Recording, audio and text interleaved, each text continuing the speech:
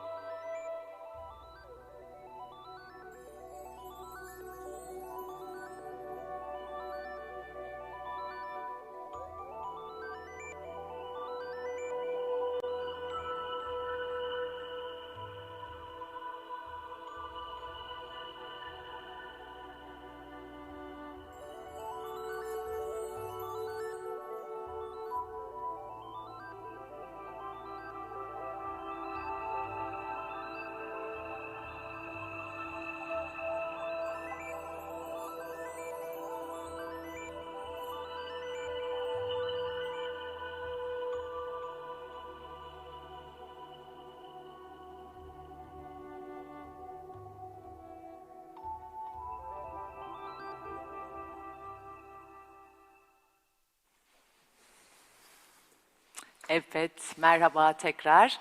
Mercedes-Benz Fashion Week İstanbul'un 15. sezonundan ama tamamen dijital olarak yayınlanan ilk sezonundan tekrar merhaba.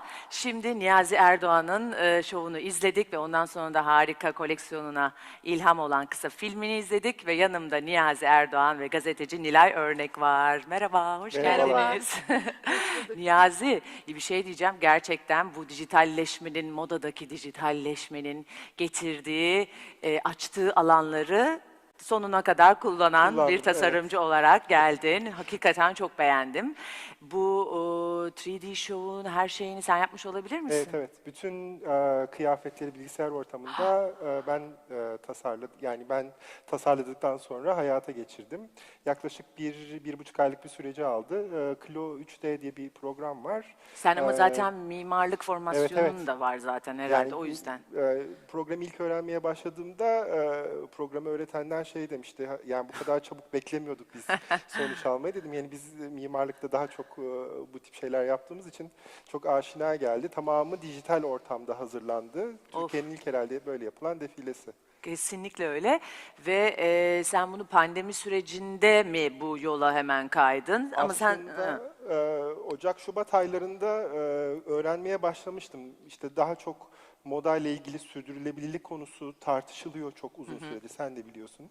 E, Bu süreci daha sürdürülebilir hale nasıl getiririz'i tartışırken bu programla karşılaştım ve öğrenmeye başlamıştım. Aklımda yavaş yavaş böyle bir şey şekillenmişti ama böyle bir defile yapsam insanlara nasıl ulaşırım derken derken pandemi süreci başladı ve biz eve kapandık. Daha sonrasında da dijital bir moda haftası yapılması gündeme gelince dedim ki hani bu proje tam bu zaman için denk geldi. evet, harika. Ben hemen Nilay'a döneceğim, sonra sana geri döneceğim. Tatavla bölgesi, Niyazi'nin ilham aldığı Evet. Evet. bölge. Tatavla bölgesiyle ilgili senin böyle bir yakınlığın, bir şeyin var mı Nilay? Böyle oradan senin de aldığın ilhamlar, sen gazeteci olduğun için ve gerçekten hani her yere değdiğin için bölgenin senin için de bir anlamı var mı? Tabii ki var. Hepimiz tabii. İstanbul'un benim için anlamı var. İstanbullu olmanın anlamı var. Binaların anlamı var. Tarihin, kültürün anlamı var. O zaman tabii ki Kurtuluş, Feriköy ve Bomonti'nin içine girdiği eski ismiyle Tatavla'nın ayrı bir önemi oluyor.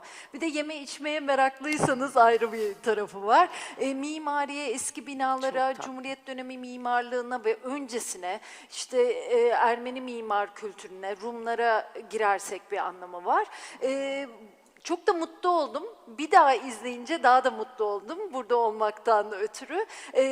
Niyazi Erdoğan'la benim tanışmam 2014'te yaptığı defile aslında. Yani ismini duyuyordum ama hani dikkatimi çekmesi çünkü orada da Pixel serisinde bir apartmandan ilham alarak bir seri yapmıştı ve muhteşem bir işti. Yine öyle bir iş yapmış ama bu sefer bir kültürel gönderme de var. Evet. Yani benim için şöyle bir önemi var. Biraz burada olmam da ondan ileri geliyor. İşte pandemi döneminin hepimizden götürdükleri gibi getirdikleri de var Tabii. belki de. Ben de otomobilsiz biri olarak ve bir eski İstanbul semtinde, Kurtuluş'a da, Tatavla'ya da yakın bir semtte oturan biri olarak hep aynı bölgede yürümekten ve fotoğraf çekip durmaktan, biraz bu işte videoda gördüğümüz apartman isimlerine ben de çok meraklıyımdır ve şunu merak ederim. Niye biz apartmanlarımıza isim koyuyoruz? Ve bu apartman isimleri nereden geliyor? Bir biz böyleyiz, bir Japonlar böyle benim bildiğim kadarıyla. Yani Japonların öyle olduğunu da çok sonradan öğrendim. Yani çünkü bir numara değil, Doğru. sayısallıktan Doğru öte bak, çok güzel. bizim Evet. için bir duygusal manası var. İşte birlik, beraberlik, huzur, kibar, Neşeli filan bir sürü Beyefendi. neşeli, çok güzel. Çok Yani güzel. o aslında o orada otururken içinde olmak istediğimiz duyguyu da tarif ediyor. Ve Tatavla'nın da öyle bir göndermesi var. İşte ben de ilk önce apartman isimleri çekerdim sürekli fotoğraflarını. Sonrasında bu bazı arşivlerin açılmasıyla birlikte Arkitekt dergisinin de arşivleri açıldı ve bir takım çevremdeki eski binaların, apartmanların tarihini görür oldum ben. Ve önümdeki işte Üçler Apartmanı mesela, onun tarihi ne? Eskiden içi nasılmış, bugün nasılmış? İşte benim ikinci kitabımın ismiyle açtığım bir Instagram hesabı vardı. Her Umut Ortakarar. Orada da apartmanlarla, şehir kültürüyle ilgili birkaç yazı olduğu için oradan paylaşmaya başladım.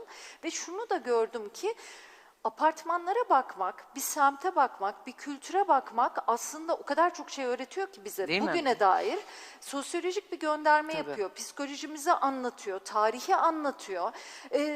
çok uzatmak istemiyorum ama kısaca yani Niyazi'nin yaptığı şeyi ilk önce telefonda ondan dinledim ama bu defileyi izlediğimde ve o videoyu izlediğimde tüylerim diken diken oldu. İşte mimarlık tarihçisi, aynı zamanda mimar Uğur Tanyeli ile ben bir podcast çekimi yaptım. Ona bunu anlattım böyle hani mikrofon arkasında diyeyim, kamera arkasında denmiyor. Dedi ki bu bir modern duyarlılık Nilay dedi. Yani buna öyle diyebiliriz. Yani Niyazi'nin yaşadığı ve yansıtmak istediği şey de modern bir duyarlılık ve biraz buna sahip olmamız gerekiyor. Yani şehirde ilham alarak, onu göstererek buraya bakın diyor. Buraya bakın dediğinde, ya tabii ben böyle moda hani Ama hayır, çok gibi güzel. olmayayım ama ya ben de hissettirdiği şeyi anlatmaya çalışıyorum. Onu göstererek bize yok olan şeyleri anlatıyor bir. Saygı göstermediğimiz ama göstermemiz gereken şeyleri gösteriyor. Renklerimizi gösteriyor. Gerçek anlamda hem mozaiğin kendisini göstermiş Evet. hem de kültürel mozaiği göstermiş. Yani evet. gerçekten çok etkileniyorum. Benim çok hoşuma gitti ve popularizer denilen bir kavram var. Yani yurt dışına bakan insanlar olarak siz de haberdarsınızdır.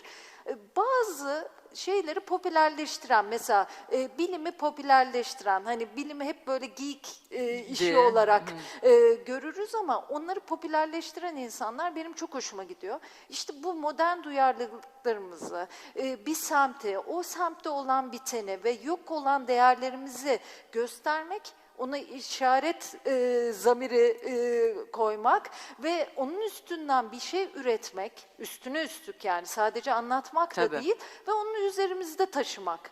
Bugüne getirmek, müthiş bir iş yapmış. Ben susayım artık. Bence de yok, çok Ya çok çok hoşuma güzel gitti çünkü. yorumladın ve analiz Anlaştığımız gibi ettin. iyi oldu. Yani Zaten- ben o kadar söylemiştim beni.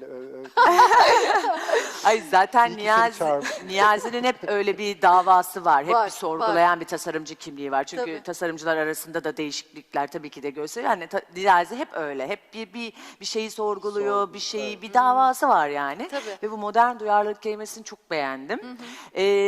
Senin de buradaki aslında hem gerçekten mimari, kültürel her türlü duyarlılık, işte çok kültürlülükle ilgili de aslında bir de dünyada da yaşadığımız pandemi sonrasında da ortaya çıkan aslında daha fazla gözüken sınıfsal eşitsizlikler, ırksal eşitsizlikler, bunlara da dikkat çekmek istedin. Onları da senden Yani biraz hani... zaten biliyorsunuz pandemi süreci hepimizin merkezimize döndüğü, kapandığımız bir süreçti ve yakın çevremizle ilişki kurduk. Bizim ofisimizde Bomonti'de aslında koleksiyonla alakalı fikir ararken dedim ki yani bu dönem öyle bir dönem ki madem merkeze döndün, merkeze bak ne oluyor, Tabii. yani etrafında neler oluyor. İşte o evde kaldığım süreçlerdeki ufak yürüyüşlerde karşılaştığım mozaikler, o mozaiklerin işte Jale Yılmabaşar gibi Türkiye'nin çok önemli seramik sanatçılarından bir tanesine ait olması, yani çok fazla uzağa gitme, hani uzaklarda arama. Evet. Sen en yakın yerde bu değerler tamamen pandeminin şekillendirdiği bir ifade biçimi ve koleksiyona dönüştü. Tabii pandemiden sonra biliyorsunuz Amerika'da oluşan o Black Matters olayları, Evet. herkesin sınıfsal ayrımcılığa karşı oluşturduğu duyarlılığa da bir gönderme var burada. Çünkü madem dünyada böyle bir şey oluyor, bununla ilgili bir dikkat gösteriyoruz. Peki bizde neler vardı? Daha önce neler oldu ve bunların bize aktardığı kültürel zenginlik nelerdir diye sorgulamaya başladığında işte meyhanelerinden tutun da Nilay'ın söylediği gibi yeme içme kültürüne kadar, ilk tiyatronun çıkışına kadar, ondan sonra eski festivaller, maskeli festivallerin yapıldığı bölgeler olarak ilk bu işte Tatavlı bölgesi, Şişli, Kurtuluş, Feriköy, bunlara dikkat çekmek dediğin gibi hani modern bir duyarlılık aslında. Tasarımcı olarak sadece benim vizyonumun işte bir takım şekiller ya da renkler tasarlamak değil de aynı zamanda ileriye dönük de bir vizyon oluşturmak gerektiğini düşünüyorum. Tabii ki bu aynı zamanda hem oluşturduğun koleksiyonla hani şekil olarak hem de onu ifade ediş biçimiyle benim aklımda öyle bir gelecek dünya var ki bize pandemi bunu yaşattı. Bizler artık evlerimizde olacağız. Belki bizim avatarlarımız sanal ortamda buluşup toplantı yapacaklar. Belki sanal ortamdaki bir Niyazi Erdoğan mağazasından girip bu hiç dikilmeyen kıyafetleri alıp o avatarlar giyip o toplantılara katılacak. Belki de moda haftalarına insanlar öyle gelecek. Yani bu benim çok çok ileriye dönük vizyonum. Birçok filmler, diziler yapılıyor bununla alakalı. Ben de demek istedim ki hani bakın hani yeni bir dünya düzeni içerisinde yeni bir ifade biçimi var. Hem koleksiyon olarak hem de anlatım biçimi olarak yeni bir perspektif Evet, sunmak. çok güzel. Yeni bir dünya düzeni içerisinde hem o fütüristik, daha doğrusu o gelecekçi Gelecek. bakış, işte avatarlar var ama bir yandan da işte zaten her Gelenekten devrim ilham karşı devrimiyle gelir ya, o Aynen. özü korumak dediğinde işte o bölgedeki o Aynen. tatlı logolar, apartman kapıları, mozaikler. Yani ben de çok düşünüyorum bu konuyu. Gerçekten bu nereye, yani iki türlü de gidecek gibi. Yani fiziksel, Kesinlikle. şimdi aşırı bir dijitalleşme var ama buna bir tepki olarak da o Aynen. insan efekti, Tabii. insan etkisi ve fiziksel olma ihtiyacı da Evet. bir yerde Üzerine mutlaka gelecek. kalacak. Bir de şöyle bir Sen keyifli tam o ikisini göstermişsin ya. Bir de çok keyifli bir tarafı var burada. Mimar olarak ilk defa bir defile platformunu da tasarladık. İşte bizde staj yapan bir arkadaşımız var, Azat. O da mimarlık okudu ama şu anda moda tasarımı ile ilgileniyor. Onunla beraber oluşturduk bu podyumu ve şeyi. Çünkü normalde hani bir mekanda yapıyorsunuz runway'inizi ama o herkesin yürüdüğü bir platform oluyor. Bu tamamen bizim için özel tasarladığımız bir şey oldu. Mimar kimliğimizi de göstermiş olduk burada. Evet, harika. Zamanımız varsa biz konuşuruz böyle Nilay'la Dünyası'yla ama bilmiyorum. Tamam mıyız acaba? Çünkü ben konuşmaya devam ederim. Çünkü bu konu gerçekten çok ilgimi çekiyor. Biz konuşuyoruz. Kimse bir şey söylemiyor bize. Birine bakıyorum ama. Peki dur, o sırada hemen Nilay'a da bir son soruyu sorayım. Ya işte benim hep çok kafa yorduğum bu, hem moda alanı da olabilir, her şey de olabilir şu anda ama bu dijitalleşmenin nereye gideceğini düşünüyorsun? Son soru olarak toparla geldi. Yani acayip gerçekten o sci-fi dünyayı yaşayacağız mı? Yoksa bunu yaşarken dediğimiz gibi bir yandan da böyle bir ikinci paralel bir dünya mı yaşanacak? Yani işte geçmişe dönmek, özlemleri, insanların birbiriyle etkileşimini özleyen bir paralel evren de olacak mı, kalacak mı sence? Ya tabii ben onları hayatta öngöremem. Yani öngörsem seçimlerde hep benim istediğim partiler falan öne çıkardı. Hiç istediğim şeyler olmuyor ama şöyle diyeyim. Belki işte ikiniz konuşurken çok güzel bir şey çıkardınız. Belki o çok daha doğru. Evet, dijitalleşiyoruz ama dijitalleşirken kökü unutmamak, insani öğeleri unutmamak ve onunla birlikte dijitalleşmek. Evet, bu yeni bir şey olacak Aynen, bence. yani Bu çok- ikisinin birleşimi bir şey olacak. Tabii ben mesela podcast yapıyorum. Yani son zamanlarda en ağırlıklı yaptığım iş ve en popüler olan iş o. Yani biz gazetecilik yaparken işte 25 yıldır bu işi yapıyorum. Hep kağıt yok olacak muhabbeti oldu. İşte dijitale geçilecek, Ha, internet evet. yok edilecek muhabbeti oldu.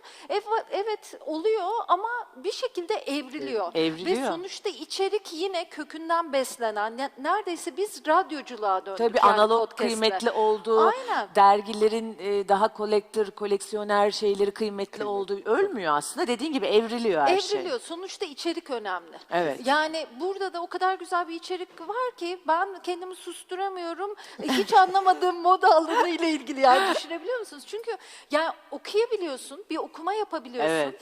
Kültürel bir okuma yapabiliyorsun. Onun göndermesini bilerek üstünde taşımak istiyorsun ve ben bunlardan birini giysem ve bir arkadaşım ne kadar güzel dese hemen hikayesini anlatırım ve bu çok etkiler. Yani Evet, hikaye. İşte dijital de olsa, analog da olsa, o da olsa, bu da olsa demek ki içerik Konu önemli içerik diye hikaye bağlayabilirim. geliyor. Evet, bravo, çok güzel bağladın. hikayeye O zaman tamam.